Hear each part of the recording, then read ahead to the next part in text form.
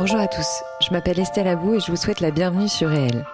Avec ce podcast, je donne la parole à des personnalités qui ont un impact positif, réel, sur l'autre, l'économie, l'environnement ou les générations futures. Par leurs actions, leurs entreprises, leurs pensées, leurs œuvres ou leurs visions, ces hommes et ces femmes contribuent d'une manière ou d'une autre au monde de demain et à celui d'aujourd'hui. Si vous aimez le podcast et que vous voulez me soutenir dans ma démarche, la meilleure manière de le faire, c'est de vous abonner, de mettre 5 étoiles à l'épisode, de le commenter ou encore d'en parler autour de vous sur les réseaux sociaux et dans la vie réelle. Alors je vous souhaite une très bonne écoute et on y va. Sandra Ifra, merci beaucoup d'avoir accepté mon invitation dans mon podcast. Je suis vraiment ravie de te recevoir pour plein de raisons qu'on va évoquer ensemble. Est-ce que je peux te demander, Sandra, sans plus tarder, de te présenter, si ça ne te dérange pas, autant d'un point de vue perso que pro, en nous disant que ce que tu as envie de nous dire. C'est très gentil. Déjà, merci beaucoup Estelle pour cette invitation qui me touche beaucoup. Alors, me présenter. Me présenter. Alors, d'un point de vue personnel, je suis donc maman de 2 enfants, mariée avec Jérémy depuis un certain nombre d'années. Et d'un point de vue professionnel, et je veux dire plutôt associatif, j'ai plusieurs casquettes. Depuis l'âge de mes 18 ans, je suis impliquée dans des associations assez diverses. Beaucoup pour le social et la communauté juive de France, sujet d'actualité aussi. Mon grand-père avait créé à l'époque les grandes institutions. C'était l'Appel unifié juif de France, qui est aujourd'hui devenu le Fonds social juif unifié. Donc j'ai repris ce flambeau. Il y a eu mon père, il y a eu mes cousins FSJU, aussi. FSJU, Fonds social juif unifié, tout à fait. Et donc à l'époque, j'ai créé le comité jeune du Fonds social juif unifié, qui est devenu le comité Avenir. Et aujourd'hui, depuis 2019, je suis également ambassadrice de la Tzedaka, donc pour les Juifs de France, auprès de nos institutions. Et là, depuis quelques jours, avec le président actuel, donc mon ami Ariel Goldman, nous menons une campagne pour la réélection, et je l'espère, du même président, et il m'a fait l'honneur d'être sur sa liste. Donc il y a toute une campagne jusqu'au 14 avril pour justement voter pour la liste d'Ariel Goldman qu'on aime tous beaucoup. Voilà, ça c'est une partie. Ensuite, je fais partie également des instances de l'AG du CRIF, le Conseil représentatif des institutions juives de France. Et depuis le 7 octobre, date que malheureusement tout le monde connaît, nous avons élaboré un collectif avec Joy, Jessica, Karine et Caroline, qu'on embrasse fort, et qui s'appelle Women United for Peace. Donc là, c'est un peu moins communautaire, c'est plus ouvert, c'est pour les femmes dans le monde. On a évidemment commencé le combat par rapport aux otages et plus particulièrement encore les enfants et les femmes otages. Et puis, il y a beaucoup de social, beaucoup de solidarité, des actions sur le terrain que l'on mène, je ne vais pas dire 24 heures sur 24, mais presque. Voilà. Bah oui, presque, parce que pour bien cerner et bien suivre ce que vous faites à travers Women United for Peace, ça c'est une certitude, vous n'arrêtez pas. C'est du non-stop, voilà. Et puis d'un point de vue professionnel, alors là c'était le monde associatif, avec mon père, avec mon oncle et mes 2 cousins Alain et Michael, nous avons repris le flambeau d'une affaire familiale. Nous sommes antiquaires, c'est la galerie Crémer, rue de Monceau, et donc nous sommes spécialisés dans le mobilier français du XVIIIe siècle, donc ça veut dire de la période Louis XIV, Louis XV et Louis XVI, et on a ouvert aussi il y a quelques années un nouveau département au sein de ce mobilier ancien de l'art contemporain, des tableaux modernes et contemporains, et on mixe un petit peu, on fait un mélange comme chez nos amateurs. Voilà un petit peu pour me décrire, c'est toujours difficile de se décrire, mais en quelques mots, la famille, l'associatif et le monde de l'art. Et le monde de l'entrepreneuriat aussi quand même. Évidemment. Parce que ça on l'oublie, mais je pense que peut-être, on l'a pas oublié, mais on l'a pas encore évoqué. Tu as monté une entreprise. Tout à fait, une start-up qui s'appelle My Boubou-Belly, qui fait partie justement de mon histoire. Pour plein de raisons personnelles, avec mon mari, on voulait un petit garçon en premier qu'on a eu, et ensuite une petite fille. Ce sont des recettes de grand-mère, en fait, il n'y a rien de nouveau, ça date depuis les années 70, et on l'a tout simplement professionnalisé. J'ai écrit un livre qui, à l'époque, avec des professionnels de santé, avec Raphaël Gruman et de nombreux nombreux autres professionnels, des médecins. Moi, je suis une maman qui a envie de partager son histoire. Je ne suis absolument pas médecin, mais justement, on a voulu rendre des familles heureuses, apporter tout simplement du bonheur. Et je l'ai partagé au départ avec des membres de ma famille, avec sûrement des jeunes femmes qui doivent nous écouter en ce moment. Et on a décidé, avec toute cette équipe médicale, de créer une application, une box, des produits et tout simplement de professionnaliser des méthodes ancestrales. Pour avoir un garçon ou une fille. Pour choisir naturellement. Donc, c'est naturel. Petite fille ou petit garçon. Et en même temps, et ça, c'est une demande qui est de plus en plus importante depuis quelques années, en particulier depuis le Covid, booster la fertilité. Ne pas oublier non plus monsieur, parce qu'on parle souvent de madame, mais il y a aussi monsieur. Et donc, il y a tout un protocole aussi pour les personnes qui, au-delà de petite fille, petit garçon, quand on n'arrive pas à avoir un bébé, que ce soit une fille ou un garçon, ça n'a pas beaucoup d'importance. Donc, il y a tout un aspect aussi pour favoriser la fertilité, le côté, on a des naturopathes qui travaillent avec nous, on a des psychologues, des nutritionnistes, c'est du cocooning en fait, chaque histoire est différente et moi, comme tu le sais, je suis très attachée à ma famille et donc j'ai envie de partager mon bonheur avec d'autres familles. Je comprends. Mais c'est un franc succès ce livre quand même, donc je te félicite et en plus ça paraît complètement fou parce que c'est un processus qui commence, et tu l'as dit sans le dire, mais qui commence avant d'être enceinte ou avant d'avoir conçu l'enfant, donc ça paraît... 3 mois avant. Voilà, c'est 3 mois avant. Mais il n'y a rien de nouveau. En fait, on est en France, dans les pays un petit peu de ce principe-là, il y avait une sorte de tabou, une sorte pas de honte, mais bon, de dire, voilà, j'ai envie de plus d'un garçon, une fille, c'est pas très français. Ça passe beaucoup mieux d'ailleurs en Belgique ou dans les pays anglo-saxons. Et c'est vrai que ce livre, justement, avec de la pédagogie, a permis de casser ces tabous. Et puis, enfin, moi, j'ai jamais culpabilisé pour avoir mon fils ou pour avoir ma fille, de manger un peu plus de ci, un peu plus de ça, et de super bien m'alimenter parce qu'à cette période-là, justement, c'était extrêmement équilibré. Et aussi, j'étais jeune quand j'ai eu mes enfants, d'apprendre à connaître mon corps, donc tout ce qui est autour de l'ovulation.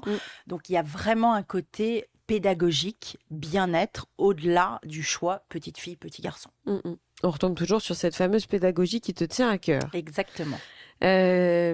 Pourquoi, enfin, si je puis me permettre, pourquoi cette implication, en fait? Qu'est-ce que tu avais comme modèle autour de toi qui t'a dit implique-toi dans le monde associatif, fais un maximum de choses. Comment ça t'est venu ? Déjà par rapport à mon histoire, ma famille a vécu la Shoah, Auschwitz, donc j'ai toujours été élevée, on va dire, dans une ambiance où ils ont eu du mal au départ, mais quand je parle de mes grands-parents, à s'exprimer, et puis après, plus le temps a passé, plus justement avec ma génération, mes cousins, cousines aussi, il y a eu cette envie de nous parler de cette horrible période.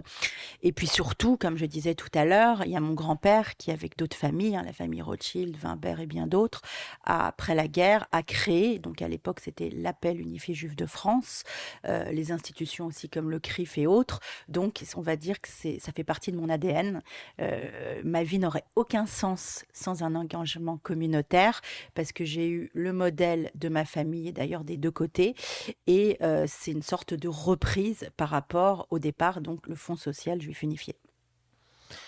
Oui, mais en fait, si tu veux, il y a beaucoup de gens qui, malheureusement, sont des descendants, moi compris, la famille de ma mère a été morte, a été tuée dans les camps, mais pour autant, l'aspect associatif, tu vois, c'est quelque chose qui est un peu à géométrie variable, il est plus ou moins fort dans certaines familles. Moi, je le fais aussi naturellement, mais voilà, c'est quand même important de dire que c'est comme une sorte de devoir, finalement. On a un peu ce sentiment-là qu'on est un peu obligé de le faire. Moi, c'était très naturel. C'est comme l'art, c'est comme tout ce que j'ai entrepris dans ma vie.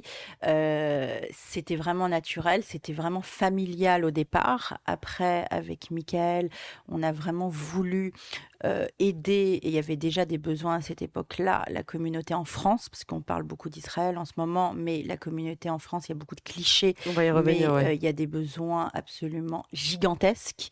Je ne vais pas parler d'antisémitisme, etc., mais la sécurité, tout ce qui va avec. Mais au début, c'était le social, ça veut dire créer des crèches. Donc moi, ça me touche aussi en tant que maman.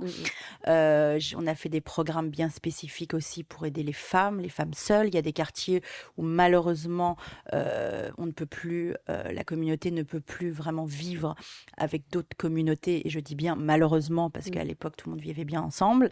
Voilà, donc il y a vraiment ce côté qui est extrêmement présent. Et pourquoi? Pour moi, j'ai pas vraiment de réponse figée parce que ça a été tellement naturel. En fait, je me suis pas posé de questions. À l'âge de 18 ans, on était dans une boîte de nuit, je me souviens, avec David de Rothschild, qui était déjà le président de l'époque de l'AUJF. Et puis là, on a fait un appel aux dons. Les premières fois où j'ai pris la parole, en boîte de nuit, voilà. C'était l'Étoile à l'époque.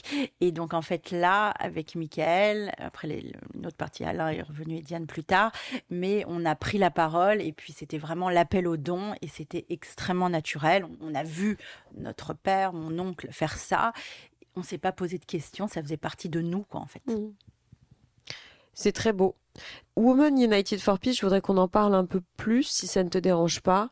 Avec plaisir. Donc c'est une association... un collectif. Un collectif. Ouais. Oui, c'est ça, c'est un collectif qui a été créé... le 8 octobre. Le 8 octobre, le lendemain voilà, quasiment. Du pogrom du 7 octobre en Israël. Alors j'ai envie de te demander pourquoi et comment. Alors, au départ, moi, j'ai rejoint donc Women United for Peace quelques jours après sa création. Ça a été au départ créé à Londres. On a des représentantes un petit peu partout dans le monde, à New York, à Dubaï, mais le fondement, c'était vraiment à Londres. Et puis, Jessica, qui faisait d'ailleurs partie, c'est une jolie histoire, du Fonds social Juif unifié avec moi, et Joy m'ont proposé de les rejoindre. On a mené nos premières actions quelques jours justement après cet horrible drame. Il y a le avant et le après, justement, 7 octobre. On a dressé une table comme ils ont fait de Shabbat, comme ils ont fait... tout est très républicain, tout est très ouvert.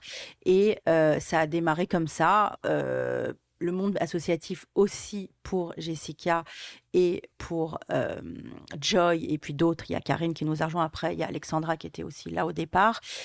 Et très naturel pour nous, nos familles en fait ont vécu des choses et là on a voulu mettre en avant la voix de la femme. On a voulu faire les choses très vite. Ça a été fait du jour au lendemain. Et on a mené des actions, mais même jusqu'à aujourd'hui. Là, on a plein d'actions cette semaine. La semaine prochaine, je ne sais pas, parce que ça va dépendre aussi de l'actualité. Ça va dépendre des rencontres. Ça va dépendre des demandes.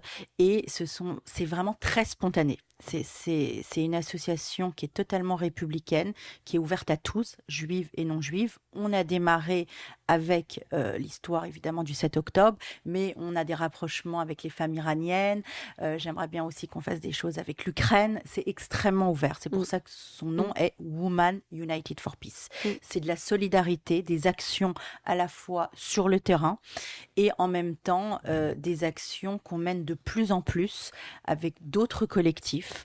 Que ça soit justement les femmes Azadi, que ça soit les collectifs du 7 octobre, No Silence pour la violence des femmes, les viols. Enfin, on est de plus en plus ouverts. On est toutes dans l'esprit, l'union fait la force. Donc là, par exemple, dans quelques jours, on va faire un rassemblement avec justement différents collectifs, chacune à sa touche. Voilà, chaque collectif ou association à sa touche. Mais l'objectif, c'est de pouvoir aider et promouvoir des idées républicaines qui devrait justement toucher le plus grand nombre.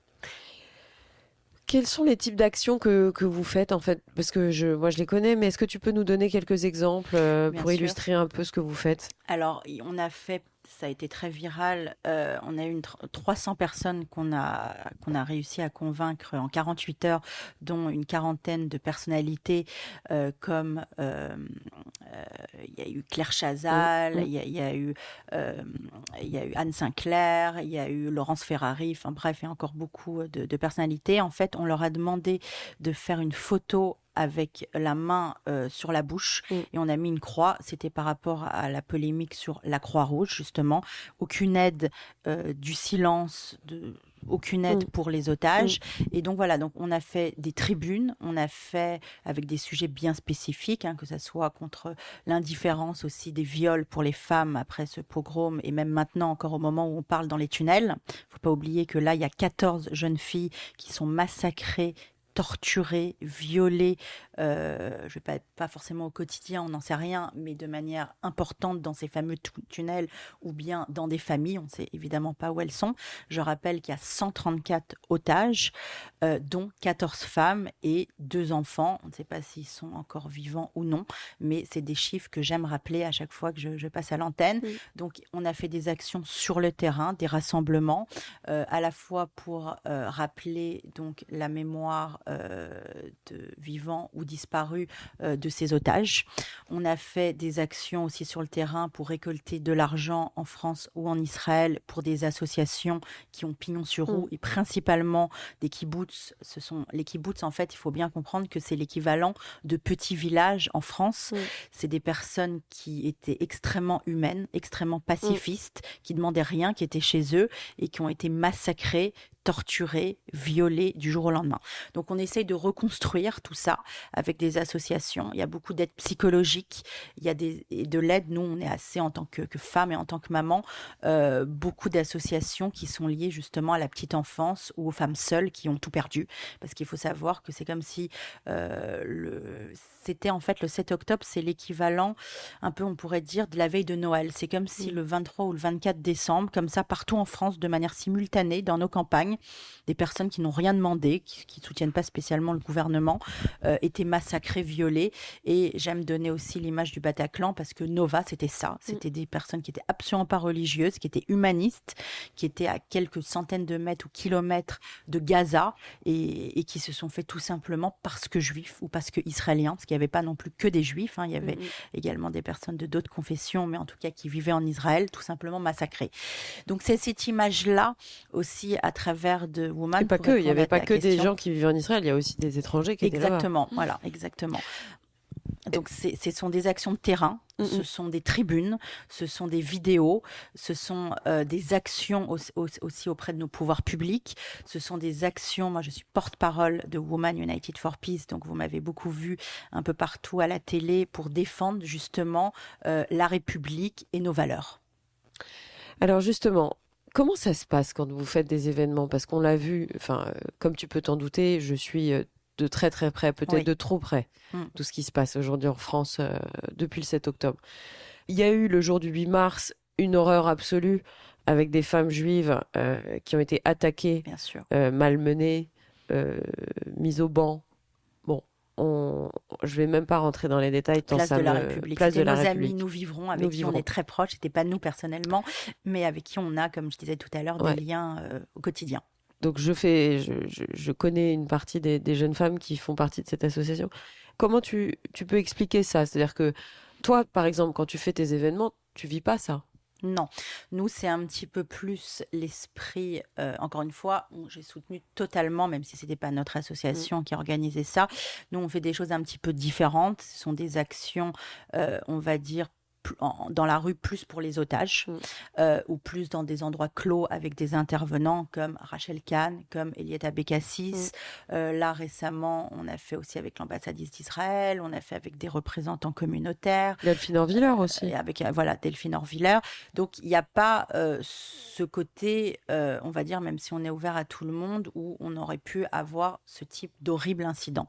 Là, ce qui s'est passé est une honte. Pourquoi? Parce que ce sont des femmes, parce que les femmes israéliennes, on ne doit pas les défendre comme les autres femmes, donc il y a tout un sujet aussi par rapport à ça. Ils ont écrit une tribune qu'on a lue, qui a été co-signée par beaucoup de personnes et qu'on soutient à 100%. Il y a Aurore Berger aussi qui a envie de mener des actions, on l'a vu hier, avant-hier. C'est une honte. Il n'y a pas d'explication parce que femme juive, c'est ce qui explique aussi BHL, Bernard-Henri Lévy, qu'on aime beaucoup. On en a parlé aussi ensemble, parce que femme juive, voilà, tout simplement. Et c'est quelque chose de totalement incompréhensible et de totalement injuste. Et on a heureusement les pouvoirs publics qui sont avec nous et je l'espère vont essayer de mener des actions pour éviter, pour expliquer justement que c'est injuste, et je reprends mon mot qui me tient à cœur, la pédagogie. Il y a beaucoup de manque de connaissances. Alors là, ça a été fait probablement, j'en sais rien, sûrement des enquêtes qui ont été faites par des personnes ignorantes ou des personnes qui mélangent tout entre ce qui se passe en Israël et évidemment ce qui se passe en France. Nous, c'était pour les femmes israéliennes qui ont été violées, assassinées, torturées, encore une fois.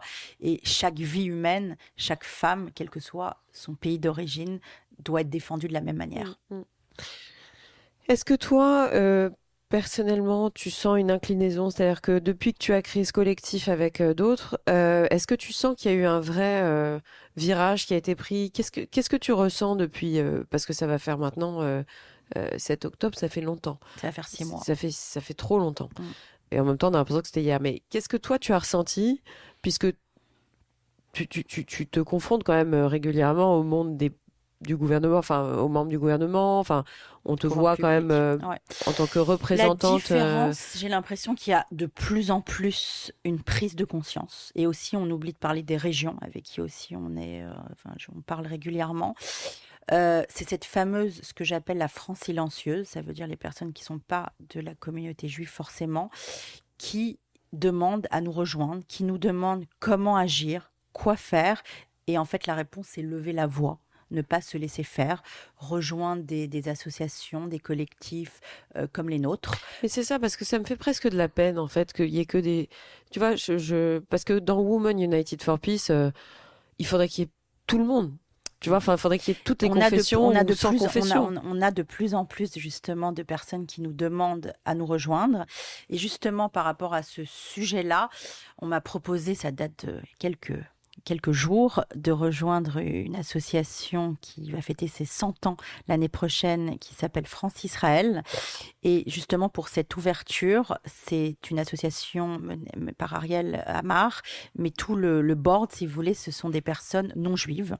Les principaux donateurs sont de toute confession. C'est une association, en fait, pour prôner justement le rapprochement des peuples. Et moi, on vient de me nommer ambassadrice par rapport à des commissions.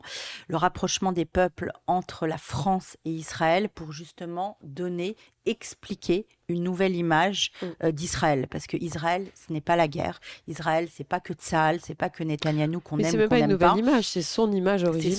C'est son image. Oui, mais en ce moment, par rapport aux médias, par rapport à tout ce qu'on voit, on a l'impression qu'Israël, je fais une caricature, c'est les méchants et tout ce qui va avec. Mais Israël, justement, c'est pas ça. C'est tout sauf ça. Il y en a plein qui manifestent aujourd'hui et qui étaient ravis d'aller faire la fête à Tel Aviv et qui maintenant manifestent contre Israël. Exactement.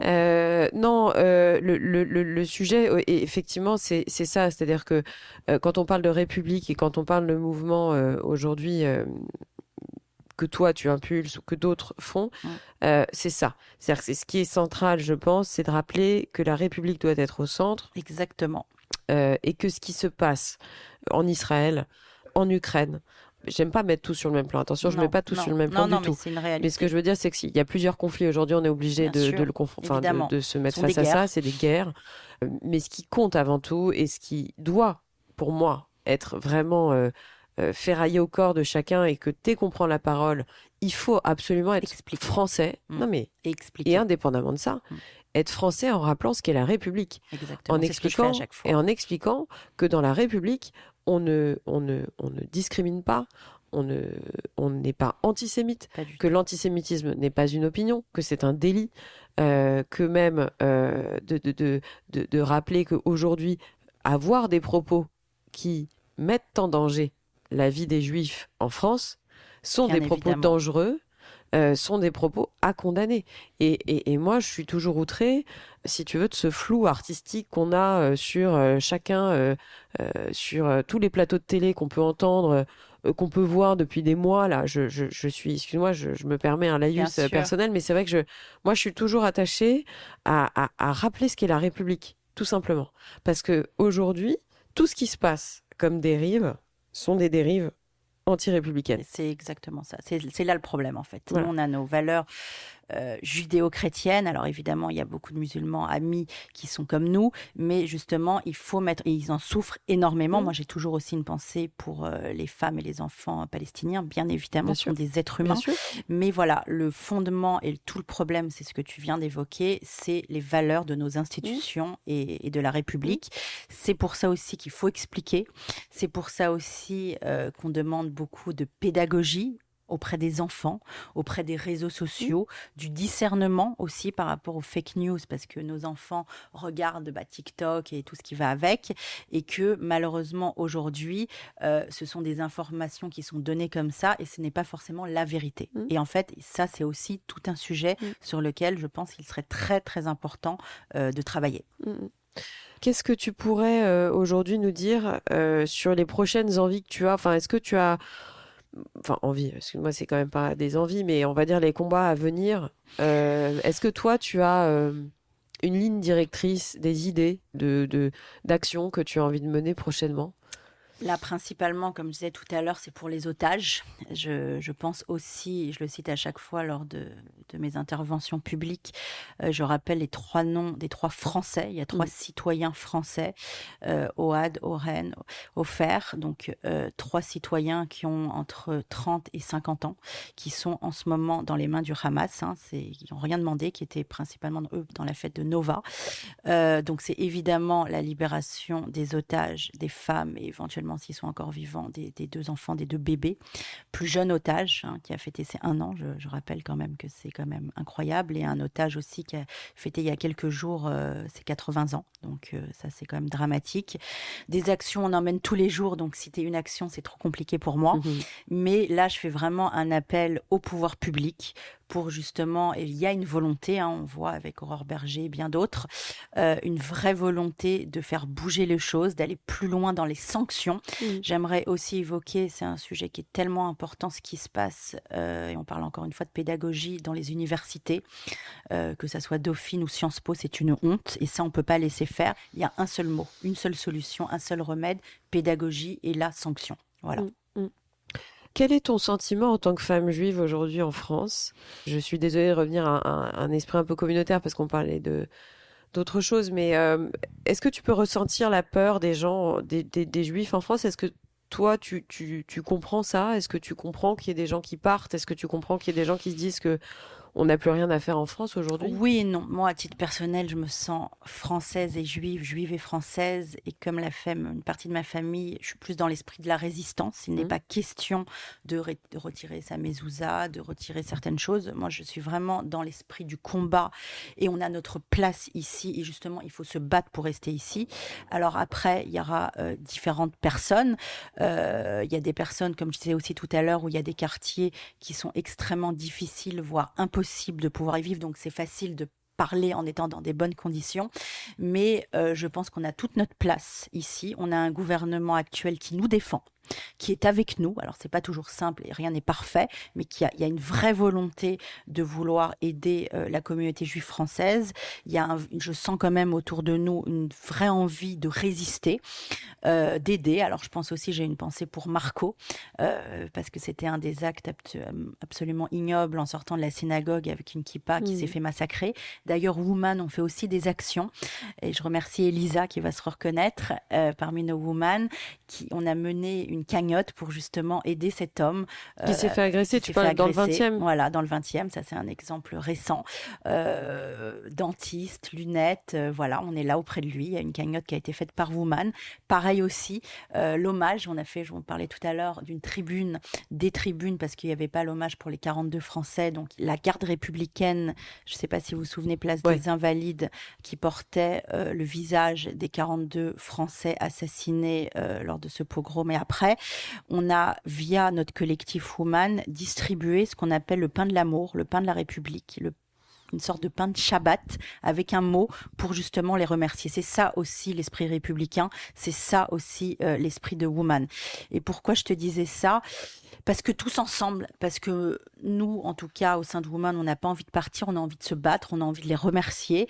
Alors, il y a forcément, je sais, 3-4 000, il y a les chiffres qui sont sortis il y a quelques jours, personnes qui ont envie de faire leur alia, libre à eux, mais moi j'ai envie de garder de l'espoir, j'ai envie de garder de la lumière, parce que j'aime la France, nous aimons la France, et on est plus dans un esprit de résistance et de combat que de vouloir partir. Mais encore une fois, nous respectons tout le monde. Qu'est-ce qui t'inspire aujourd'hui dans les femmes que tu as rencontrées, des nouvelles figures, on va dire on parlait des femmes iraniennes tout à l'heure, mais avec Mona notamment. Exactement. Qui, j'espère, va venir bientôt dans ce podcast. J'espère aussi qu'une femme exceptionnelle qui a énormément parlé de courage. Alors elle a vraiment du courage. Il y en a d'autres. On a discuté aussi avec toute son association. Il y a des femmes comme ça qu'on doit justement mettre en exergue, qui ont du courage. Il y en a peu, mais justement l'objectif aujourd'hui, c'est aussi de faire bouger les lignes, de se rassembler et d'avoir la chance de pouvoir discuter, de pouvoir échanger à travers des médias comme le tien, à travers aussi d'autres médias, pour justement exprimer encore une fois cette cohésion et ce vivre ensemble qui, à mon avis, je l'espère, restera et sera possible dans des meilleures conditions qu'aujourd'hui. Qu'est-ce qu'on fait pour t'aider ? Qu'est-ce qu'on peut faire pour t'aider, voilà, s'il y a des gens qui veulent tout simplement faire partie de l'aventure, comment ça se passe ? Alors, on peut nous suivre, c'est très facile sur les réseaux sociaux. Instagram, ce Women United for Peace, c'est très simple, voir un petit peu nos actions, nous contacter. Il y a aussi notre site internet, email. On a besoin de tout le monde, comme je disais, de la communauté ou encore plus hors de la communauté, parce qu'on fait des actions de plus en plus larges. Comment on peut aider ? En levant la voix, en expliquant. Moi, au départ, je m'étais fixé un objectif de parler à 5-6 personnes, communauté hors communauté, en expliquant la réalité des choses, de la pédagogie encore une fois, parce qu'il y a beaucoup de gens en fait qui ne savent pas, voilà, on en parle moins. Il y a certains médias sur lesquels on en parle, mais d'autres on n'en parle pratiquement plus. Donc encore une fois, éducation, pédagogie, regarder aussi d'autres médias. Moi j'aime bien le matin regarder des médias justement qui ne pensent pas comme moi, et c'est ça justement construire l'avenir, c'est cette ouverture d'esprit, le discernement, et c'est pas parce que quelque chose passe sur un réseau, les réseaux sociaux ou à la télé que c'est forcément vrai. Donc du discernement, je pense que c'est aussi un des mots-clés. Qu'est-ce que je peux te souhaiter, notamment dans le monde associatif, mais voilà, qu'est-ce qui te tient, j'ai envie de te dire, tu vas me répondre à la libération des otages, bien sûr. Principalement aujourd'hui, là, à l'heure où on parle, mais aussi un apaisement.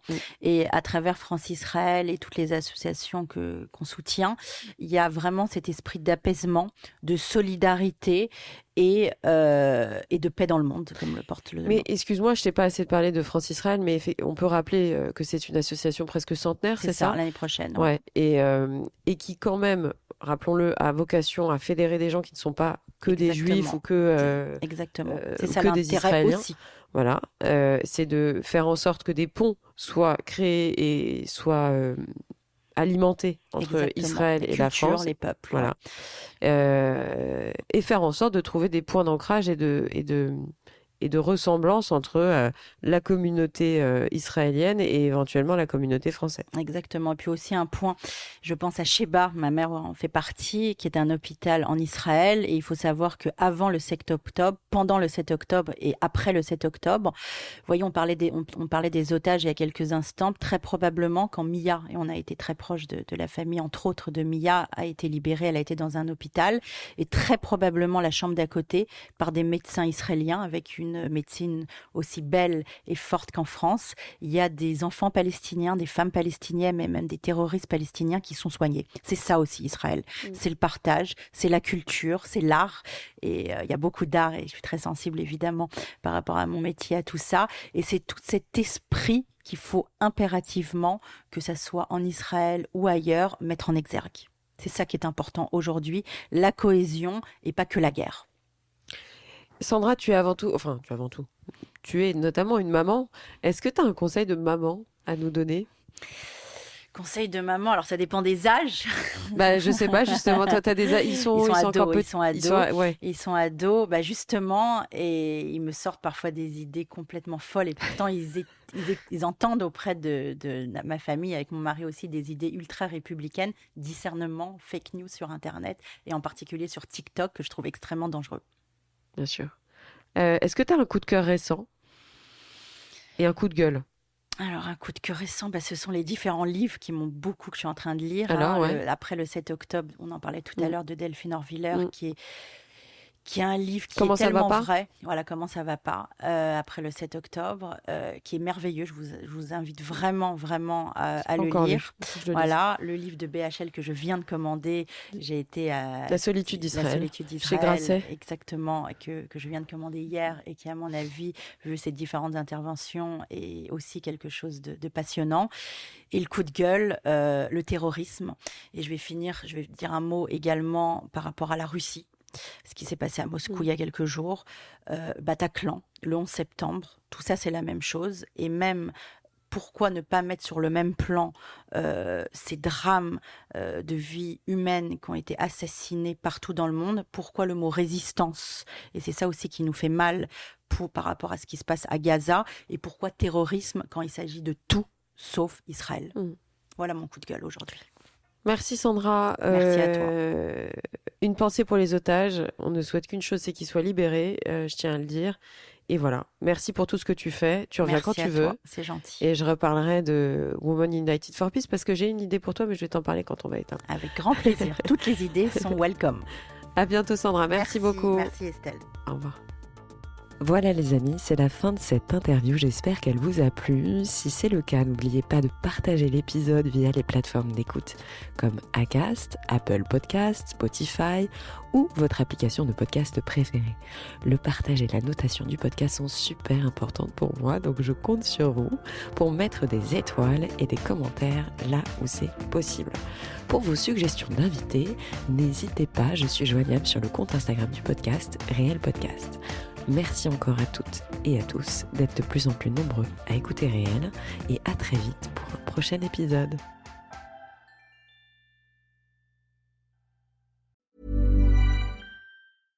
The Mamas, Bonus Moms, Office Moms, Moms of Moms. This Mother's Day, give back to the ones that have given us so much. 1-800-Flowers helps you celebrate all your amazing moms with handmade bouquets, sweet treats, gourmet food, and one-of-a-kind gifts. Ordered easily and delivered fresh. For a limited time, you can save up to 40% off Mother's Day bestsellers at 1-800-Flowers.com/ACAST. Don't wait. Order today and save up to 40% at 1-800-Flowers.com/ACAST.